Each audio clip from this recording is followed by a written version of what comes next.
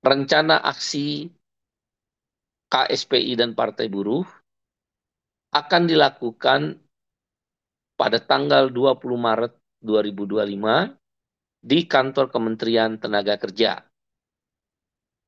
Ratusan buruh, lebih dari 500 orang, akan melakukan aksi dengan membawa beberapa tuntutan. Tuntutan pertama, meminta Menteri Tenaga Kerja turun tangan, tidak berhenti di omong-omong saja, tidak berhenti di konferensi pers saja, tapi turun tangan membentuk Satgas PHK. Sekali lagi, tuntutan pertama, membentuk Satgas PHK, karena dalam catatan KSPI dan Litbang Partai Buruh, PHK sudah tembus di atas 60.000, belum termasuk anak perusahaan Sritek yang supplier-suppliernya, belum kita hitung. Ini udah alarm merah. Jadi Satgas PHK turun ke bawah, turun ke bawah. Ya, yang kedua, meminta Menteri Tenaga Kerja mengeluarkan anjuran tertulis. Saya ulangi, meminta Menteri Tenaga Kerja mengeluarkan anjuran tertulis, bukan lisan atau konferensi pers, terhadap PHK buruh Sritek dan hak-hak yang didapatkannya. Dan yang ketiga, membentuk tim yang langsung turun ke lapangan terhadap pembayaran THR perusahaan-perusahaan yang mem-PHK buruhnya sebelum hari Lebaran, termasuk PT Sritek. Jadi tentang THR. Ya. Dan yang keempat, memanggil perusahaan yang melakukan kriminalisasi terhadap pimpinan Serikat Pekerja, union busting, antara lain Yamaha Musik dan PT JMP di Brebes, Yamaha Musik di Cibitung, Bekasi. 4 tuntutan itulah yang akan disampaikan dalam aksi 20 Maret 2025 di Kementerian Tenaga Kerja. Menteri Tenaga Kerja jangan hanya konferensi pers seperti orang yang bingung, seperti orang yang tidak tahu dan banyak menebar janji. Seperti akan mempekerjakan kembali Sritek, tapi nggak jelas. Seperti akan membayar THR tapi terutang. Baik THR karyawan Sritek maupun karyawan-karyawan yang di PHK lainnya. Menteri Tenaga Kerja seperti orang kebingungan. Tidak mengerti apa yang harus dikerjakan sebagai menteri.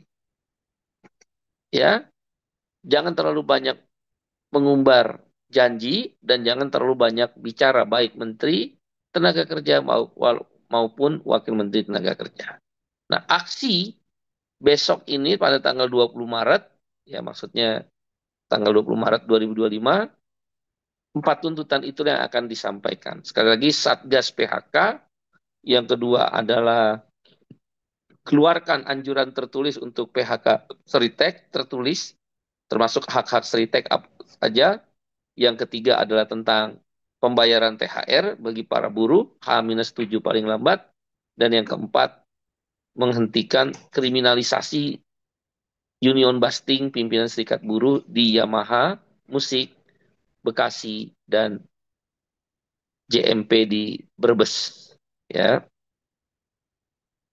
Masa aksi berasal dari Jabodetabek. Dan secara bersamaan, tanggal 20 Maret juga aksi di kantor kurator Sritek di Semarang, ya, oleh KSPI dan Partai Buruh Jawa Tengah. Itu yang pertama. Yang kedua, terhadap perkembangan kasus Sritek.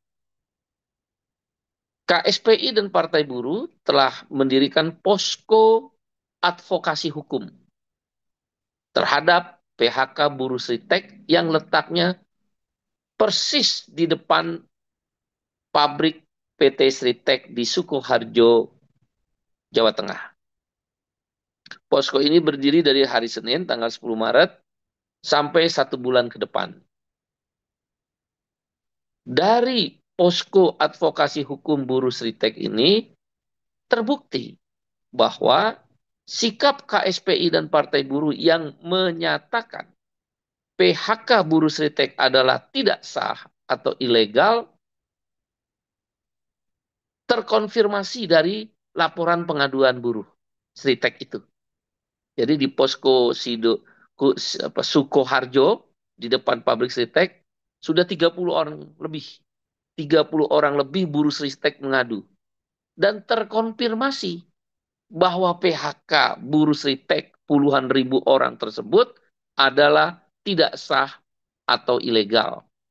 Jadi kalau Menteri bilang bahwa PHK buruh Sritek adalah legal, Menteri tidak memahami Undang-Undang Nomor 2 Tahun 2004 tentang Peradilan Hubungan Industrial.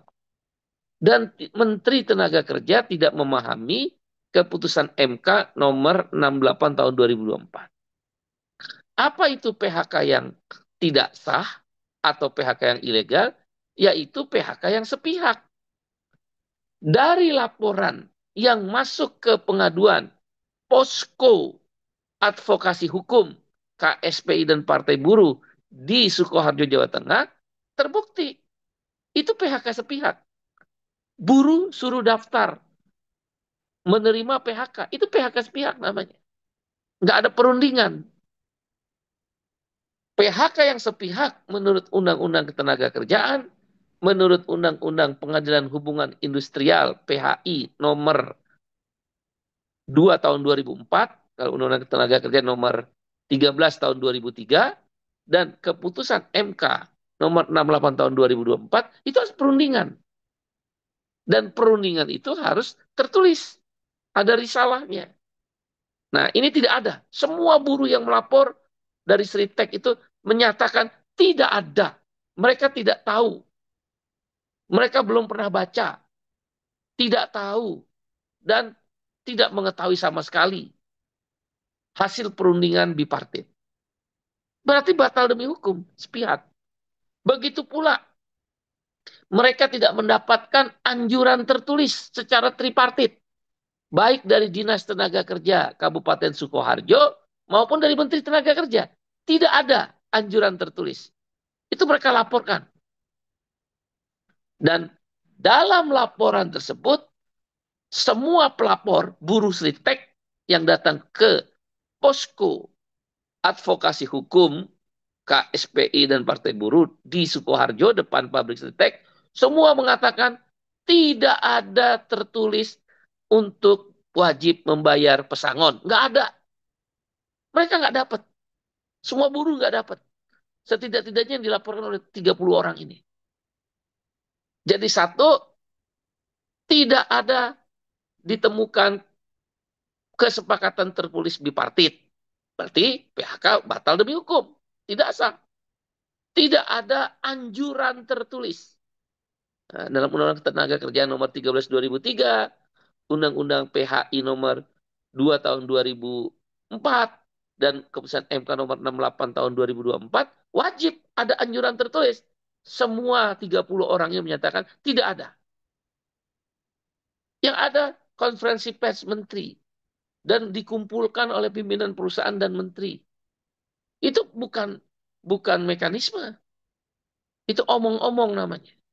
Dan yang ketiga, terkonfirmasi dari 30 orang yang melapor ini, tidak ada kepastian tentang nilai pesangon berapa, nilai THR berapa, kapan dibayarkan uang pesangon, kapan dibayarkan THR. Selain pesangon dapat apa lagi? Uang penghargaan masa kerja tidak jelas.